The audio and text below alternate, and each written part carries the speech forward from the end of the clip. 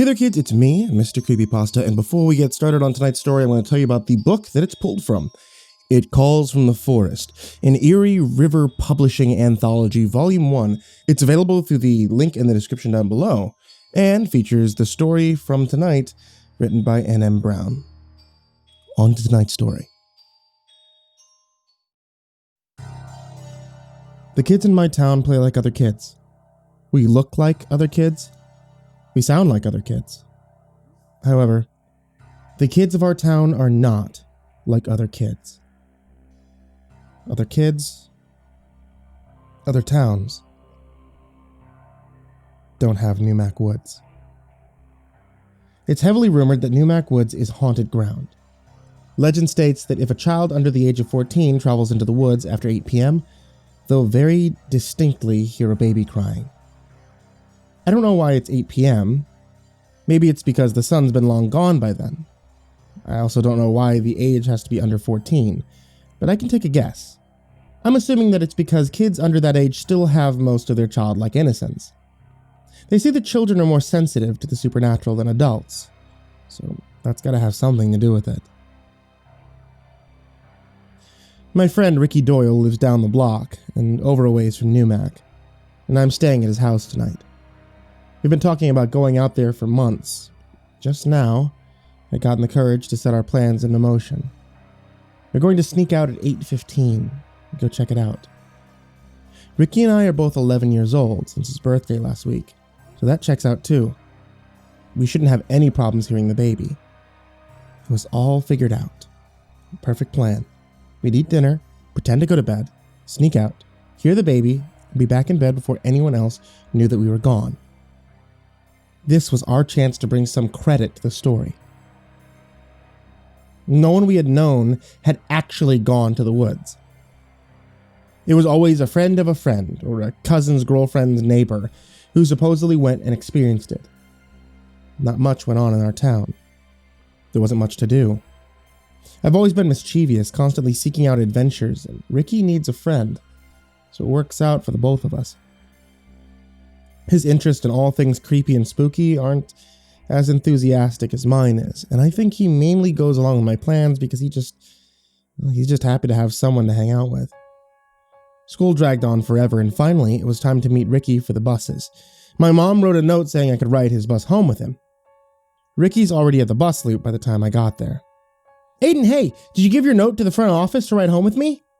I take a piece of paper out of my pocket and wave it around like a flag of victory. I got the bus pass right here, I told him triumphantly. What's your mom making for dinner? I asked him. He told me that we were having spaghetti, my favorite. We ate quickly that night, without a word. Not that there was much chance for one. We were shoveling in huge bites super fast, like we had been starved for a week. Ricky's mother smiled at us, and she brought out a piece of cheesecake for each of us after we had finished. You boys want dessert? Aiden, does your mom let you have cheesecake? I was about to open my mouth to say no thanks when I caught Ricky's eye across the table. He glanced towards the plates and nodded quickly at me.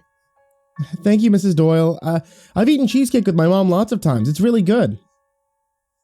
Before long, we were saying our goodnights, promising to brush our teeth. We stayed silent in his room after that, just waiting.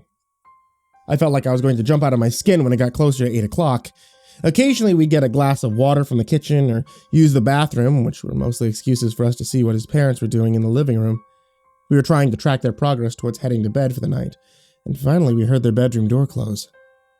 Both of us had agreed to wait exactly 15 minutes after that to leave the house.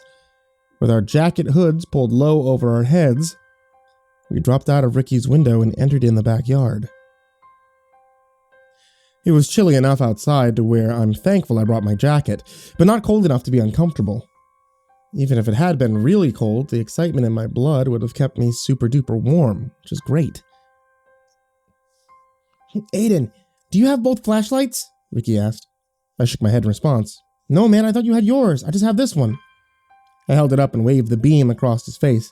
He winced, putting his hands up. Come on, it's bad enough I don't have a flashlight.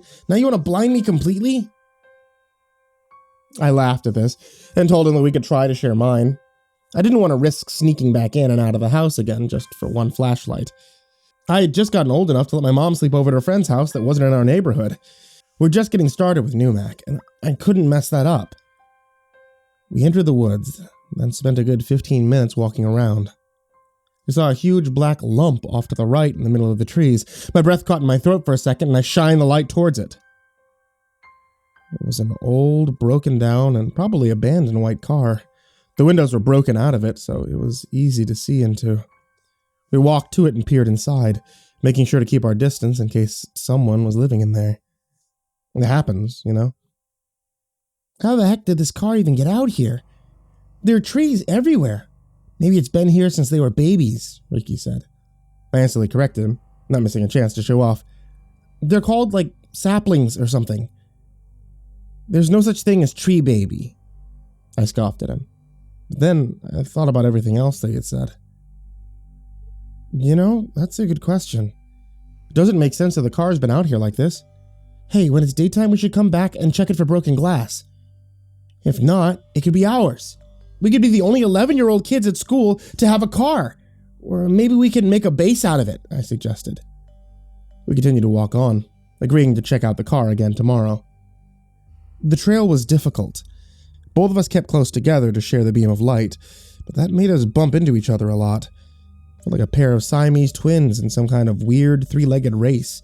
We were bumbling and tripping over any and everything in our path. It was a blast. We were chuckling and stomping around so hard that I could barely hear any other noises, but something weird got my attention. I shushed Ricky by putting my hand up, pointing to my ear to signal him to stop and listen. There, under the noise of the wind through the trees, I could hear something. I tried to sharpen my ears and block out any other sounds. Yeah, that was it. I couldn't believe it. I didn't know whether to feel scared, excited, or worried. Ricky, do you hear it too? The baby. Can you hear the baby? Even in the moonlight, I could tell that Ricky's face had turned a lighter color than normal. His eyes were wide, and he clenched his hands together. Yeah, maybe we should go now, he mumbled to me. I grabbed him by the arm a little more aggressively than I meant to, keeping him in place. Well, I'm going further. If you want to go back, fine, but remember, I have the flashlight. Sorry, I said, smoothing his army jacket out like that would somehow erase the act of me grabbing him. I just want to get a bit closer to make sure that we're not imagining it. Come on, please. We've come this far. We can't head back just yet.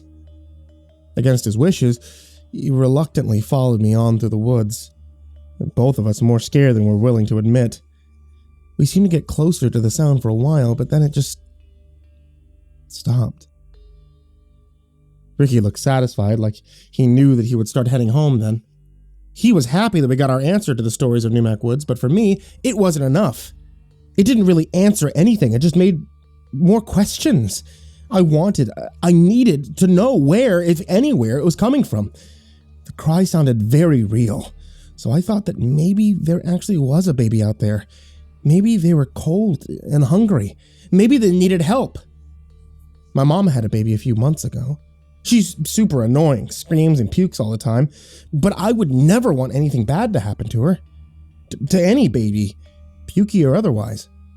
Ricky wasn't having that, though, and he all but dragged me the way that we had come.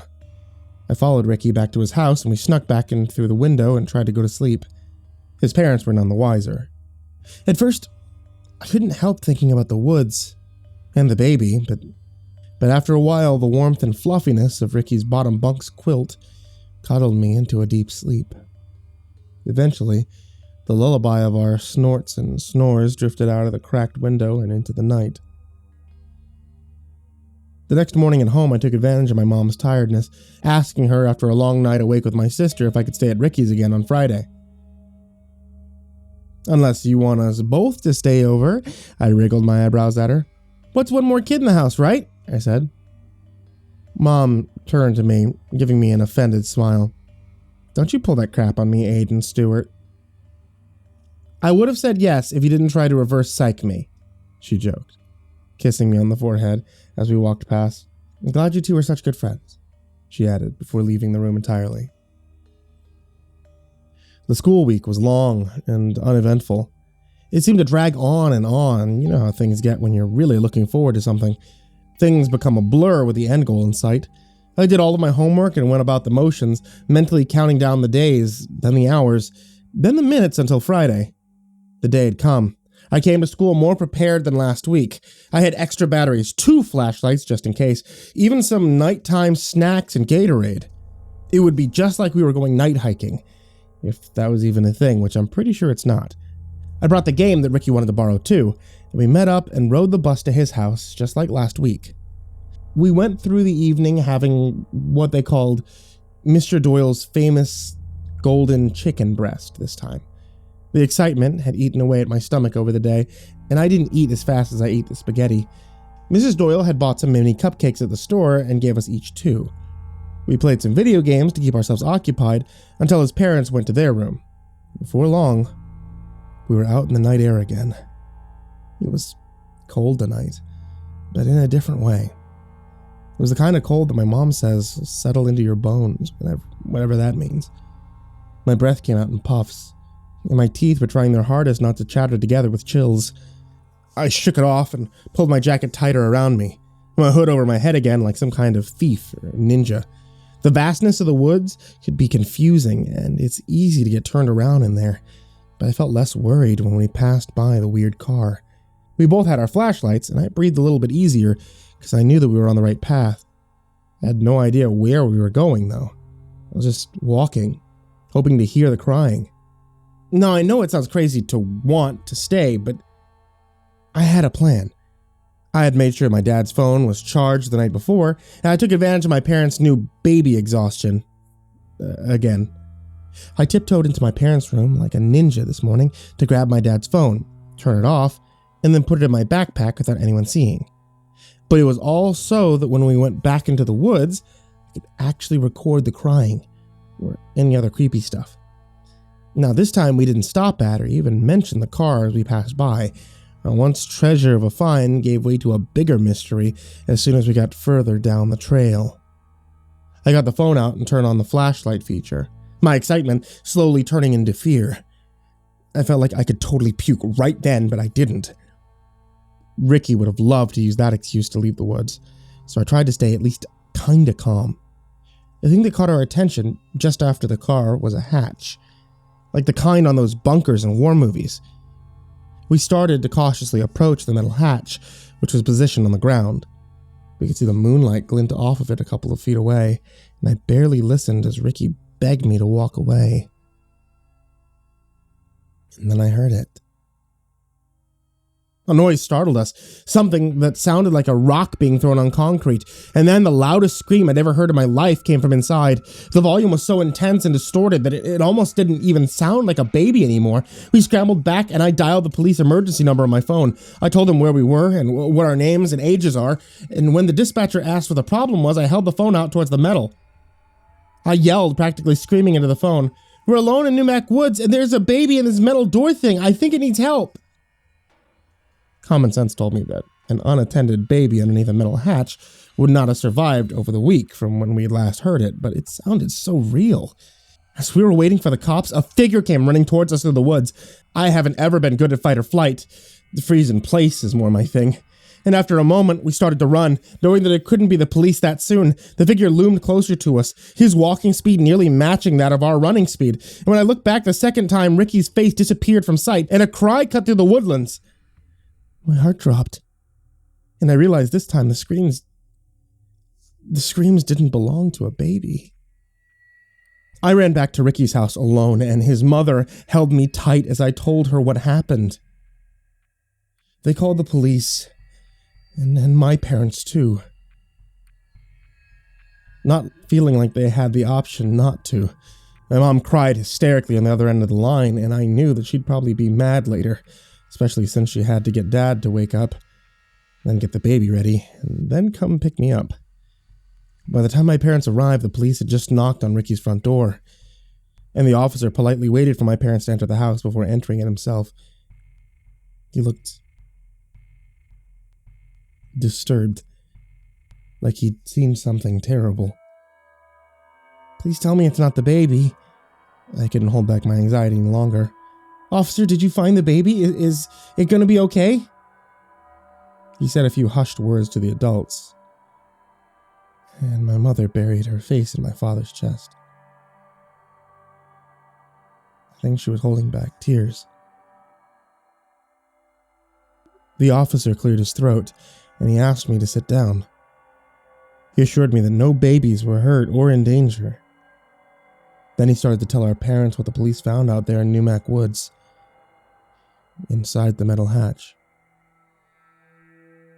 It appeared to be locked from the inside, and they were the first adults to hear the baby cry since, besides the 911 operator. After some attempts, they managed to pry it open, and the officer paused. He told me to leave the room, but I heard him. I heard all of it. What they found inside wasn't a baby. It was a very thin, weathered old man holding a tape recorder with a play button pressed. He was bare except for a pair of dirty, brief-style underwear that appeared to be stained with old blood.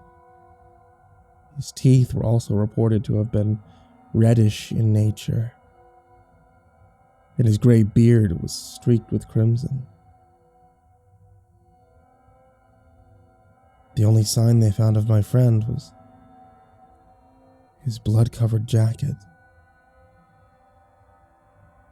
and his flashlight.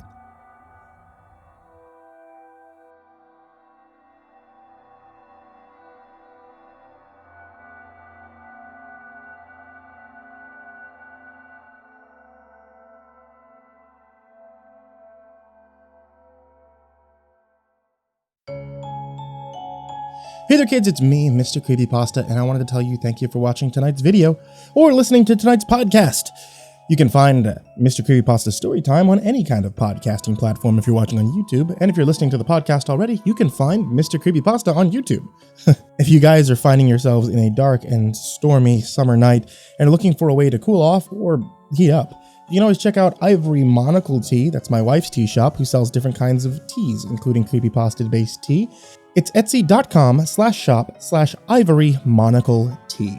I'm also on Patreon. You can find a whole bunch of other people supporting on Patreon in the description down below, but there is a very, very special thank you to these people in particular. Jordan Alexander Sanchez, Creepypasta Adam, Ken Lando Higuchi, Mazakine, Champinski, The Red Oak Shield Virus, G Weevil 3, Diana Kraus, Stephen Van Huss, Chance Burton, Tristan Pelton, Nico Cow, The Ginger Bros, Last Blade Song, Eliminator 86, Steampunk Sinner, Caleb Dougal, Sky Harbor, The Homeless Bird 93, Bobby Carmen, Liam Newman, Aaron Stormcrow, Barbara Maceo, Thomas Burgett, Azazel Rotten, S-Man, Kirisuba, Bad Honey, Someone You Love, Said the King 56, Somber Puppet, Wolfie Nums, Shadow Morningstar, Sean Mills, Jesse Gonzalez, Mad Marstomp, Z. Kearley, Cassie Core, Mr. Thud, and Patrick Schoolmeister. These guys are the real MVPs, and all of you who are listening are also the real MVPs. Stay safe, everyone,